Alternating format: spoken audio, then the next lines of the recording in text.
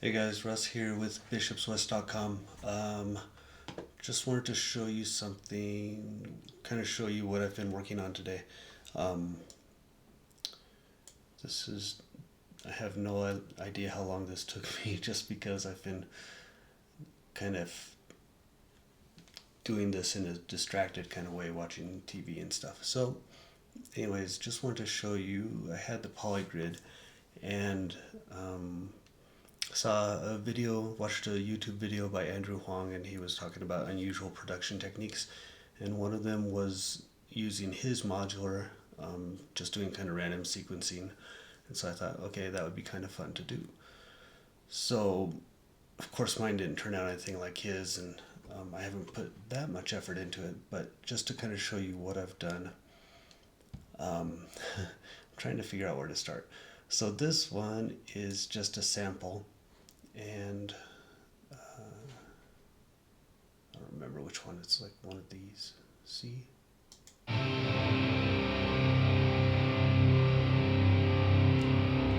So that's one of my oscillators, and then the other oscillator is just a swarm oscillator. And I've got them mixed. This one I took up an octave, took that to 2, up an octave, and then kind of mixed it in, tried to get it a little bit lower.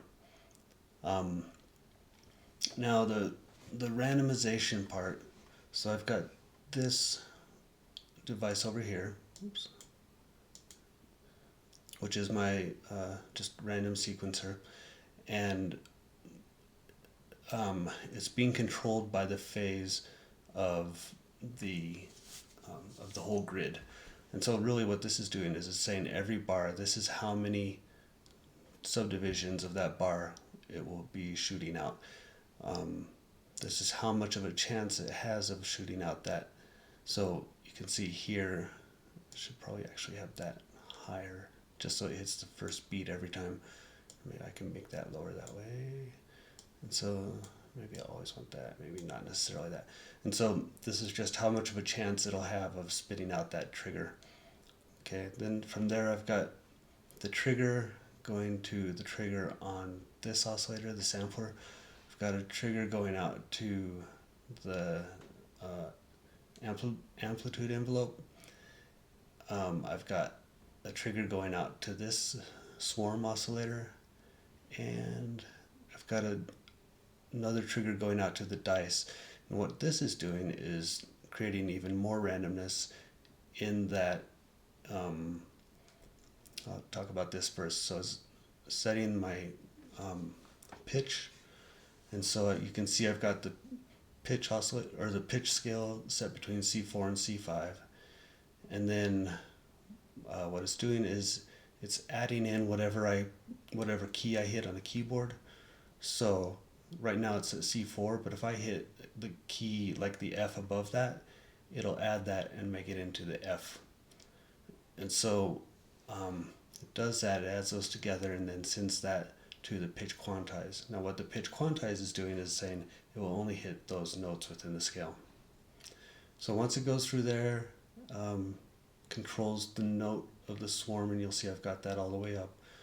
Also controls the pitch of the sampler, and to do that I had to make sure to have that set, and I detected the root key and it was C, just like it was supposed to be. And then I had it down here just so I could see and make sure that it was actually hitting the notes that I expected it to hit. Okay. The other thing is this randomness is also going through the modulator and then going up to controlling the playhead. So you can see it's jumping back and forth every time there's a trigger, and that's because of that modulator. So now wherever this playhead happens to hit, that's where it will start playing from when it's playing that specific note. With this sample, it's not super obvious because it's just that power chord all the way through.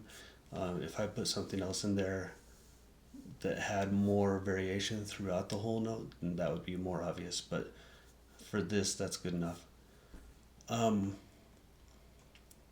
What else is worth pointing out? Oh, the phase, I wanted to be able to say, okay, this is going at 1 bar, but if I wanted to speed it up, then I can add in this phase, and all this is doing is taking the phase of the grid and multiplying it times whatever constant. So with this, it's at 0, multiply times 0 is 0, and so it's just taking the phase of the grid right now. But if I want to add it in, then that doubles it, and that quadruples it, right? Well, no, triples it. So, but I kind of just wanted it at double the speed, so I left it at that.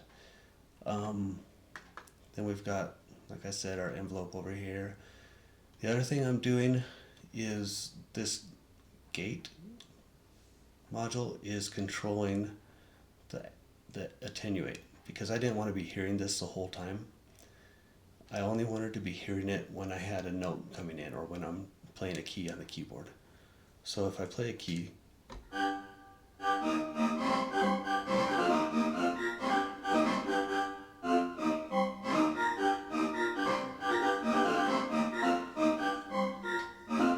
and then what I was talking about, if I play an F,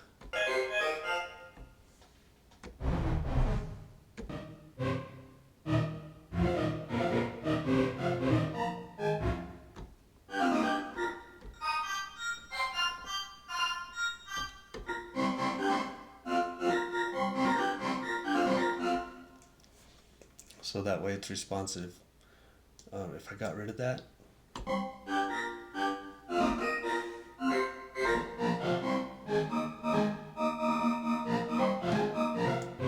what I miss? Somewhere I'm missing where the keyboard is still controlling. Might be this actually. Let's try that.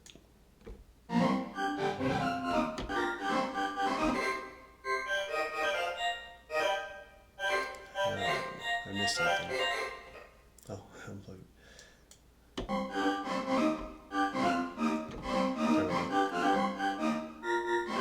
So I needed to disable the key tracking on those, but now.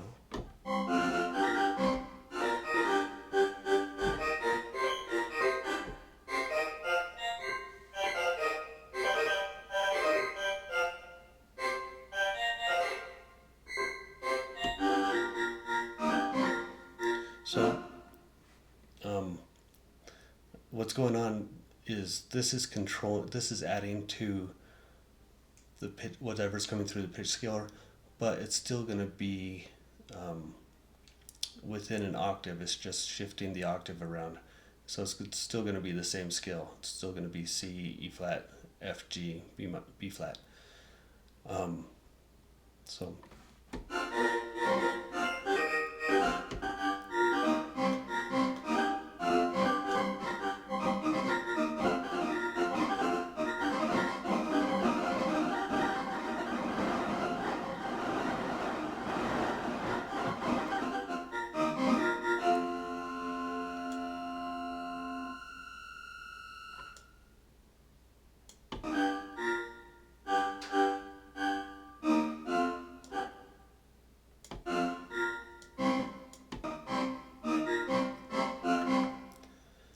So, yeah, that's what I've been doing.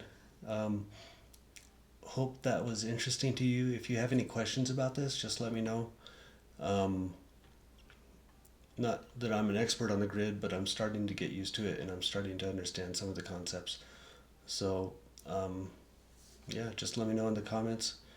And that's all I had for today. So I'll talk to you guys next time. Hope you're doing well. Again, hope you guys are all safe and healthy. And I'll talk to you tomorrow. Bye.